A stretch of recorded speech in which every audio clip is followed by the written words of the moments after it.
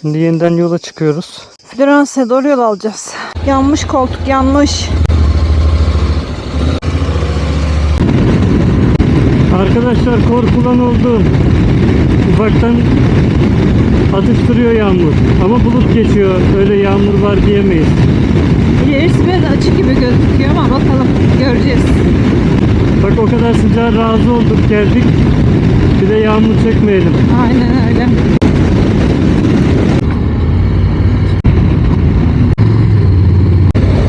Ya şu şehrin güzelliğine bak ya.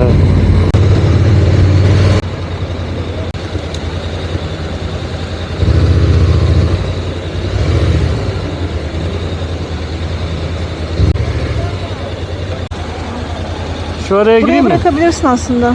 Tamam. İniyorum. İn. Önce Oldu. yan çantayı mı söksem? He? Önce yan çantayı mı söksem sence? Evet, sök burada. Sökeyim ben. Ben kaldırayım mı? Sen yapamazsın, dur.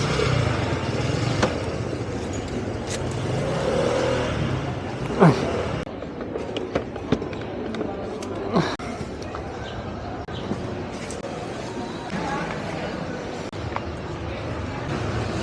Biraz daha açılı alman lazım.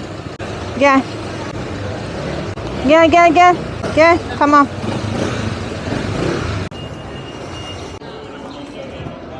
Tamam mı? Tamam. Şimdi bir şey yapalım. Bunlar falan bir kalsın. Üstümüzdekiler şunu, şu kamerayı falan odaya götürelim bir.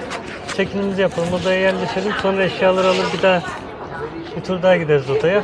Ondan sonra da gezme kısmına geçeriz.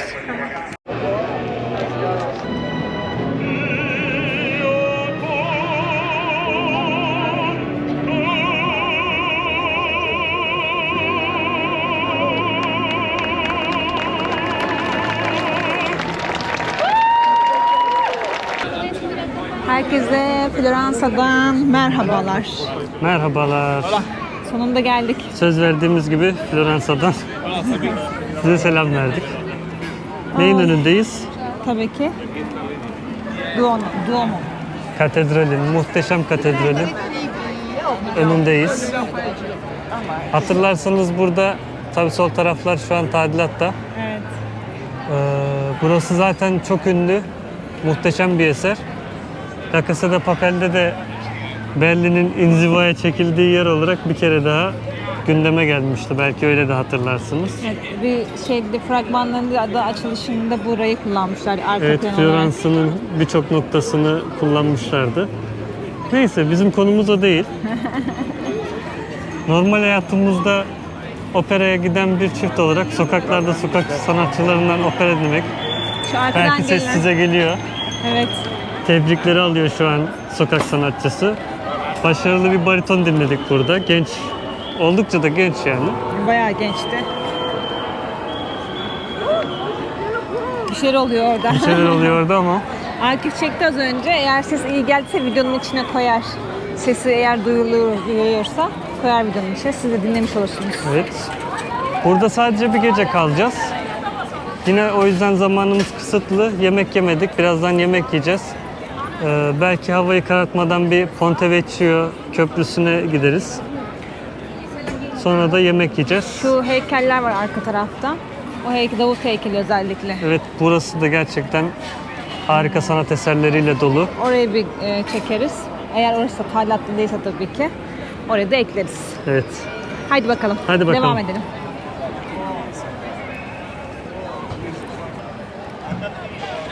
Şuraya bakalım mı?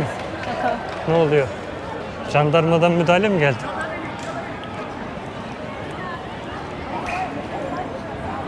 Çarşı pazar karıştı arkadaşlar. Ne olmuş?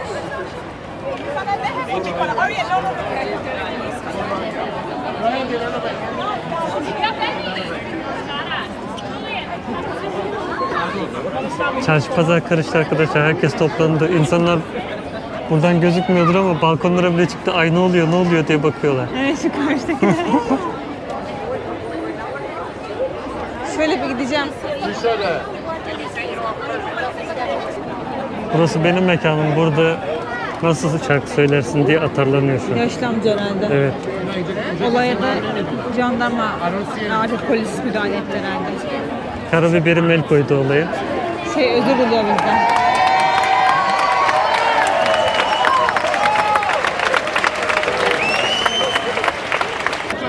Bir tane kağıt gibi bir şey gösteriyor. Sertifikaları falan mı vardı acaba? Büyük ihtimalle sertifika kavgası. Buralar benim mekanım, mekanı boş bulmuş. Hayırdır Mekanın diyor. sahibi geldi dedi. Çok biliyorsa kendi söylesin.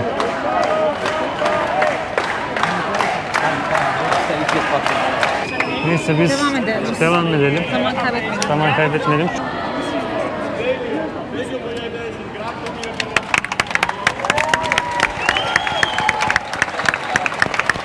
Hadi gidelim. Komen alle knoopjes, alle centjes. Şimdi muhteşem katedralin etrafından dolaşarak gidiyoruz. Burada yine değişik sokak sanatçıları var. Katedralin arka tarafı tadilata alınmış durumda. Neyse ki esas mabedi görebildik. Mabedi görebilirken beni gösterme. Esas mabet, benim esas mabetim sensin zaten. Hayda. Böyle kesersin. Hiç de kesme. Kes. Ya bu İtalya acayip bir ülke ya. Kesinlikle. Hani böyle şöyle bir enteresanlığı var. Ya ben bu ülkeye bayıldım diyorsunuz gezerken. Sonra bir yandan diyorsunuz ki ya burası Yaşamak için. yaşanmak için böyle çok da şey değil sanki falan da dedirtiyor. Ama ne zaman gelseniz böyle sizi kendinizden geçiriyor. Öyle de bir tarafı da var. Ya güzel bence. Sokakları bırakın, hani büyük kentlerini de bırakın. İşte demin yolda gelirken 2 tane köyüne girdik. Aynen. Nasıldı? Mükemmel. Biz bugün Milano'dan da bahsetmedik. Şurası gezilecek derken hatırlıyor musun? Milano. Kendi aramızda konuşurken. İşte en az 6 ay gerekli aslında İtalya'yı rahat Tabii, gezmek için tabii. falan derken Venedik saydım, Floransa'yı saydık, San Giovanni'den falan filan bunları falan saydık. Asıl yeri Milano'yu falan saymak. Yani işte hani Yani o kadar çok yer var ki hani insan artık karıştırıyor. mesela çoğu ülke şöyle geziliyor. İşte örneğin Çekya'ya gideceğim. Neresi? Prag. Macaristan'a Aynen. gideceğim. Neresi? Budapeşte. Aynen. Avusturya'ya gideceğim. Neresi? Viyana. Yani böyle İtalya'da her yeri çok iyi.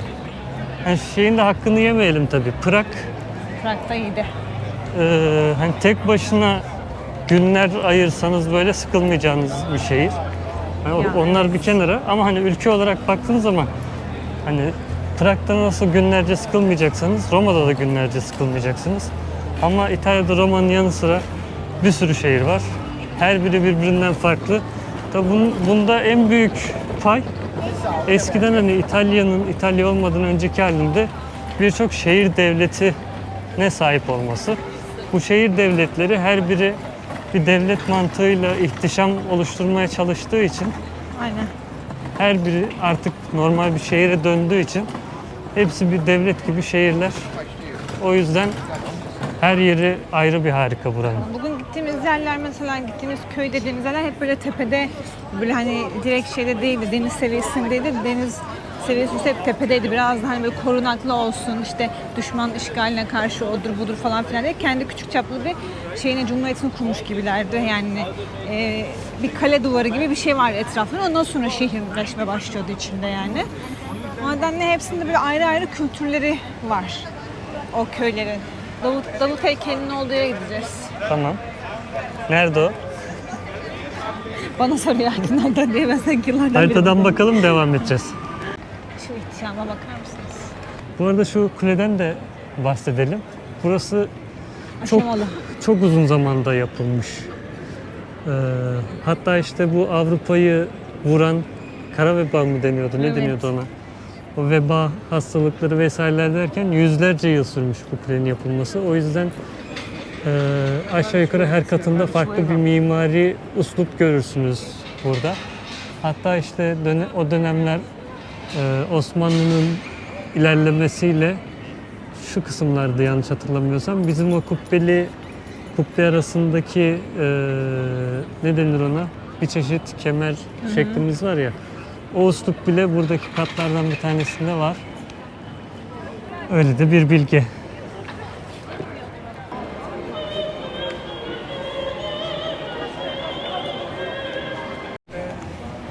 Yine sokaklarda deli danalar gibi gezerek yemek yeri arıyoruz. Şimdi şeye oturduk. Bir tane Trattoria trattoria Enoteca mı öyle bir şey. tarzı bir yere oturduk. Hı? Bir yere oturduk işte böyle bir yere oturduk. Kaç günden beri şey yediğimiz için böyle katı gıdalar tükettiğimiz için canımız biraz çorba istedi haliyle. Akif'ten çorba fark etti orada hemen çorba söyledik. Bir tane çorba aldık. Ondan sonra bir tane lazanya. Peki. Lazanya söyledik. Bir tane yanına tavuklu bir şey söyledik. Ne olduğunu bilmiyoruz. Gelince göreceğiz. Bir de içecek söyledik. O kadar. 3 çeşit söyledik. Şeyde restoranı da yine Google'dan rastgele seçtik. Bakalım nasıl bir şey gelecek ortaya. Ama bence güzel çıkacak. Öyle hissediyorum. Garsonlar vesaire hepsi güler yüzlü. Beyefendi çocuklar. Genç. Artistlikler yok hiç. Öyle. Neyse yemek gelince bir gösteririz sonra yeriz. Yorum yaparız.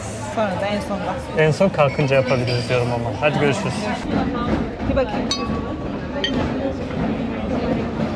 Soğan var bunun içinde. Yine Şey bakalım. var galiba. Çorba mı bu? Ya bu çorba değil. Bizim şeye göre yemek yani. Neyse yemekten sonra yaparız diyorum. Evet. Uzun bir aradan sonra jelibona verdim arayı. De Floransa'da açıyorum. Siyahtan mı verdin bana? Ben de siyahtan aldım. O zaman tamam. Mal gibi. Yok. Şurup gibi.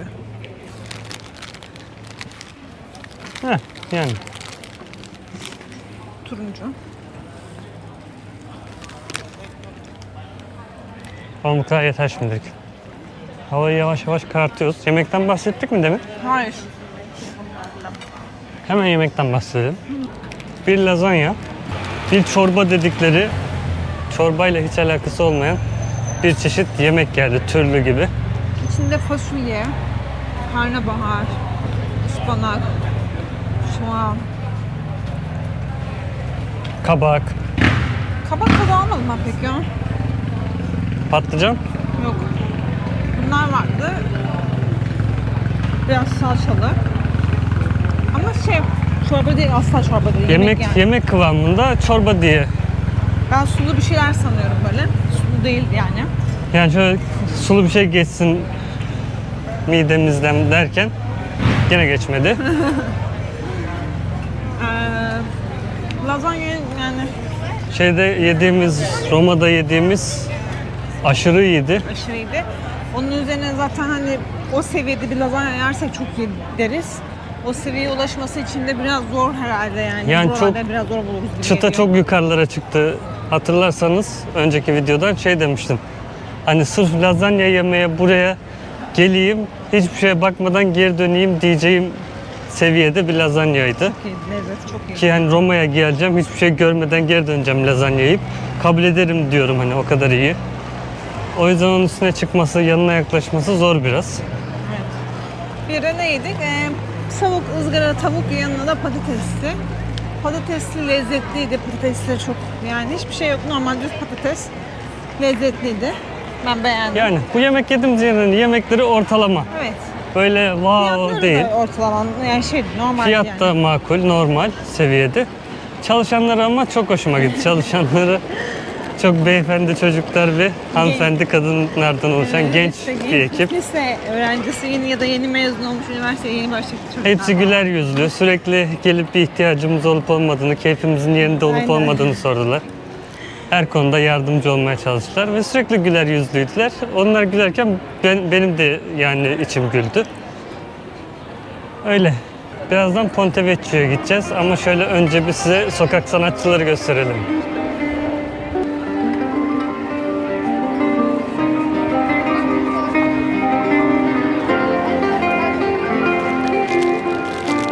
Bu şehirde gözünüz, kulağınız, gönlünüz, karnınız, her şeyiniz doyuyor.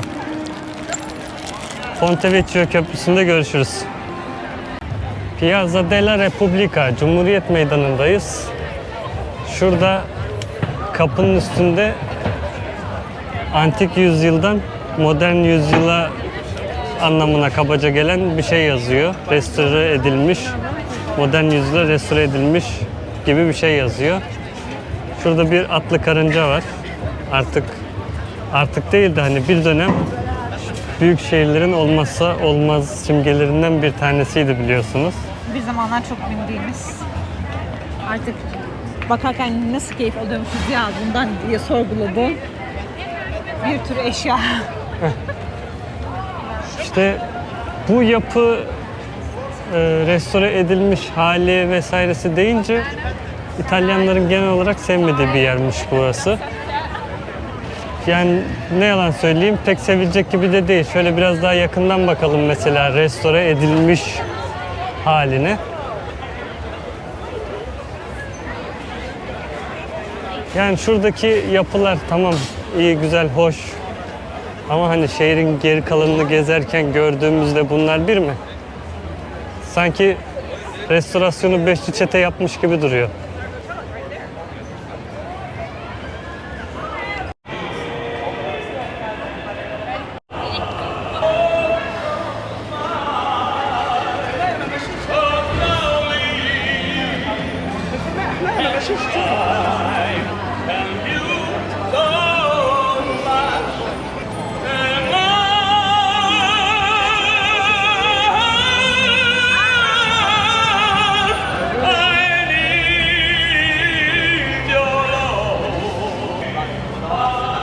Evet arkadaşlar, Çakma Davut'un yanına gidiyoruz. Çakma Davut heykelinin yanına gidiyoruz. Sonunda bulabildik. Evet bak şurada fışkili mışkili. Fışkiyeli mışkiyeli Davut. Bütün ihtişamıyla oradaymış. Burada bir konser gibi bir şey var herhalde. Her yerde bir konser gibi bir şey var ya. Çok iyi. Ya adamlar yaşıyor. Adamlar yaşıyor bu hayatı ya. Hayret bir şey. Sonrasında artık Ponte Vecchio'ya gideceğiz. Şöyle bir Davut'a bakalım. Ne yapıyor, ne ediyor görmeyeli. Şuradaki heykeller falan çok güzel. Ama heykellerin arasına giremeyeceğiz çünkü orada çok güzel bir konser var. Işığı kapatayım, göstereyim size. Müzik başlarsa döneriz. Hatırlıyor musun burada bir önceki geldiğimizde böyle Japon mudur artık, Çinli midir? Evet. Bir çift vardı böyle damatlı falan bir garipti çocuğun. Fotoğraf çekiyorlar. Fotoğraf falan çekiliyorlardı, dış çekim yapıyorlardı. Çok iyi onlar da. Kıyafeti falan çok iyiydi yani. Evet, dış çekim için adamları ta nerelere gelmiş. Siz de artistlik yapın, dağda bayırda çektiğiniz dış çekimde.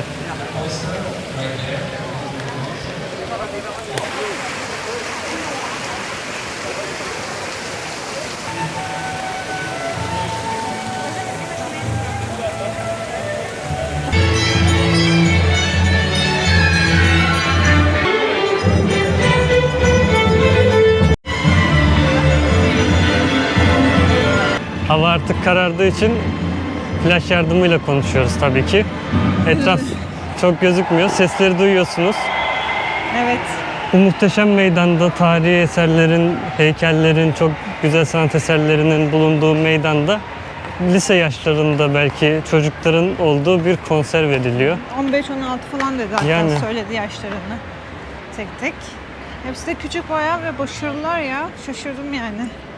Ve böyle ya ne kadar şanslılar ya. Böyle bir ortamda, böyle sanatın olduğu bir ortamda bir şeyler çalıp insanlara kendileri hem tanıtıyorlar. Yani şu- Ben bilmiyorum ya. Keşke bizim gençler de böyle fırsatlar Yani olsa. gençlerimizin fırsatları yok. Hani mesela İstanbul 16 milyon yerleşik insanın yaşadığı, daha fazla insanın sürekli bulunduğu bir şehir. Ve çok yetenekli gençlerimiz var. Ama kendilerini sergileyebilecekleri hiç fırsatları neredeyse yok. Yok. Çünkü bizimkiler ta küçük yaşta yaşam mücadelesiyle hayata Sürekli gözünü bir- açıyor neredeyse. Sürekli bir sınav peşinde koşturma, sınav hazırlığı. Evet, tempo. İşte Liseye girmek için sınav, üniversiteye girmek için sınav, üniversiteye girdin mezun olmak için sınav, sınav. Ya bu Yani- çocuklar ne zaman yaşayacak? Muhtemelen yani tam bilmiyorum, ben çok böyle kesin konuşma olmasın ama bizim toplumda bir de hani şu komşunun çocuğu böyle yapmıştı, şu bilmem arkadaşımın çocuğu şöyle puan almıştı. Hep bir kıyaslama içinde var ya. Şimdi biraz bu da- topluluklarda yoktur belki diye düşünüyorum. Bizimkilerin de küçük yaşta bence şey oluyor, birazcık psikolojisi bozuluyor yani. Biraz da komşunun çocuğu yerine komşu ülkelerle kıyaslasak kendimizi de Aynen, hani kesinlikle. azıcık feyz alıp ileriye gitmeye çalışsak. Ne Ya kadar böyle temiz. söyleyince hani şey gibi düşünüyor insanlar. Yok işte Avrupa hayranlığı, yok eziklik, yok bilmem ne. Ya arkadaş işte sokaklarında yürüyorsun. Kaç yüzyıllık eserler. Bizde 50 yıllık olmuş binanın yüzüne bakılmıyor. Ne 50 Bizde yılı yani? olanı biz şey yapamıyoruz ki. 5 yıllık binanın bile yüzüne bakılmıyor ki inşaat mühendisiyiz hani. Kendimize de eleştiri bu. Hem şöyle de bir şey var. Biz mesleğimizi yapamıyoruz çünkü bizim üreteceğimiz şeylerin alıcısı yok. Ne yapacağımız binanın alıcısı var. Aynen öyle. Ne mimar arkadaşlarımıza yaptıracağımız projelerin alıcısı var. Ne de harcayacağımız paranın yatırımcısı var. Aynen. Ne de mimarlar istediği proje yapabiliyorlar. Yani çoğu mimar istediği proje yapamıyor. Böyle normal firmalarda çalışan mimarlar müteahhit ne derse, yapı sahibi ne derse onun istediğini yapıyorlar. Şimdi ışığı kapatıp şöyle bir etrafı göstereceğim yine.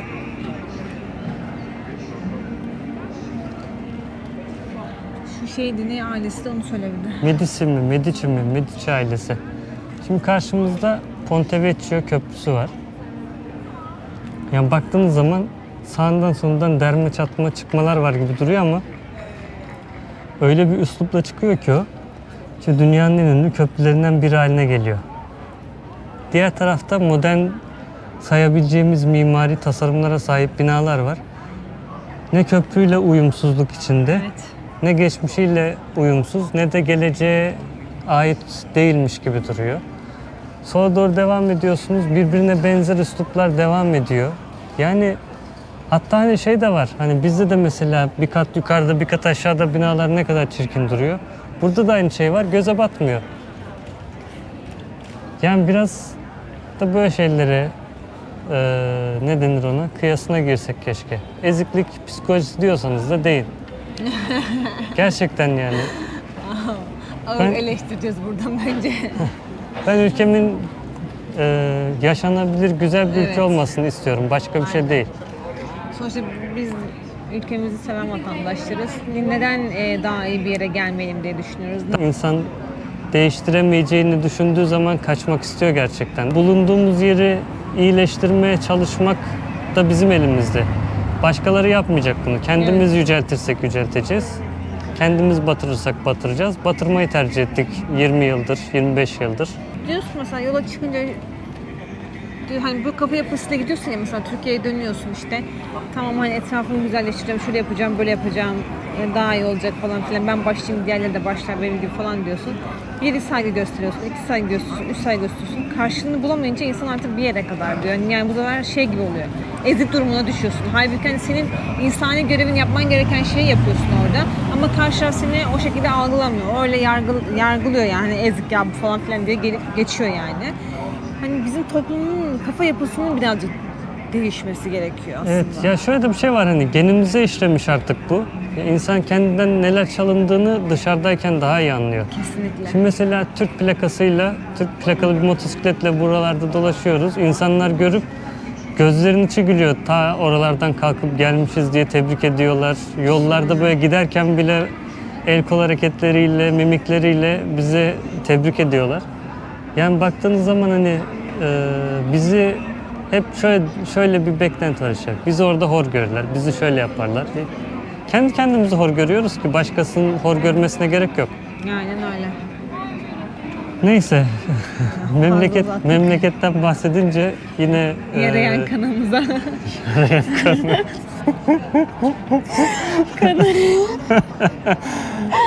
Kanayan yaramıza parmak bastık. parmak bastık.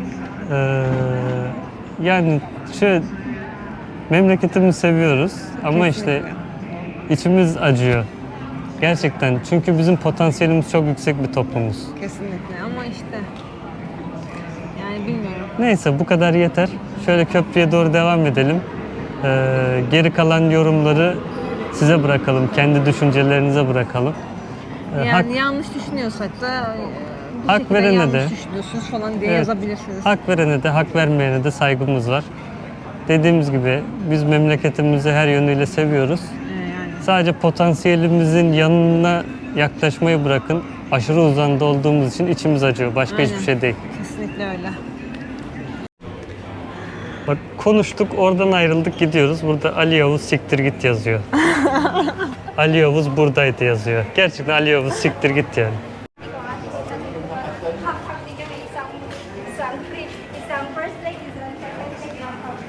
İyi bok yediniz.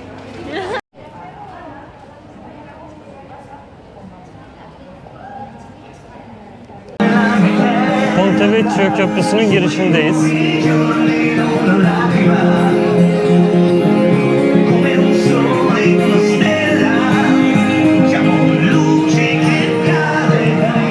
Muhteşem manzaraya doğru sizi seyirlerinize bırakıyorum.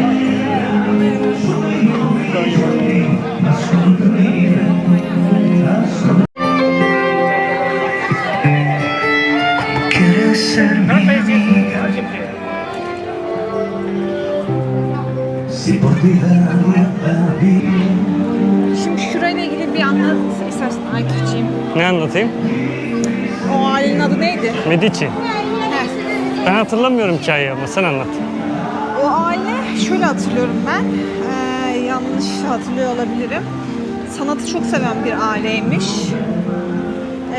Böyle sanatçıları destekliyormuş. Evinde sanatçıları, sanata yatkın olanları hep ağırlıyormuş ve tanıtımıyla uğraşıyormuş. Burayı geliştiren, köprüyü yapan, buradaki bütün şeyleri yapan, o köprü üzerindeki bütün şeyleri yapan o aileymiş.